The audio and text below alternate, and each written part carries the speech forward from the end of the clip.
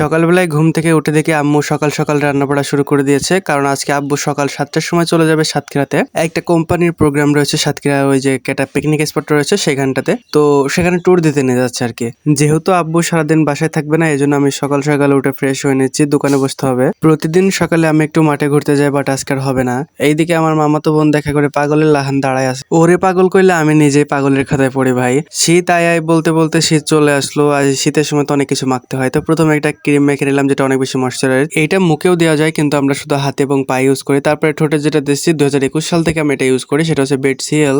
এটা হচ্ছে আমার অল্প পছন্দের একটা পারফিউম, সেটা হচ্ছে চকলেট স্মেল। তারপরে আরো একটা পারফিউম ইউজ করতেছি, দুইটা মিলে ভালো একটা সেন্ট বের হয়। বাসা থেকে রেডি হয়ে চলে আসছে দোকানে, এখন দোকানদারি করতে হবে। আব্বু গিয়েছে হচ্ছে সাতক্ষীরাতে একটা কোম্পানির প্রোগ্রাম রয়েছে সেখানে, যদিও যাওয়ার কথা ছিল আমার, কিন্তু বিষয়টা হচ্ছে কি, যারা যারা যাচ্ছে সবাই ব্যবসায়িক, আমার থেকে সিনিয়র আঙ্কেল কোয়ালিটির লোক। এখন ওদের সাথে যে আমি কিতা করতাম, তার জন্য আব্বুরে পাঠাই দিয়েছে, আমি যাইনি।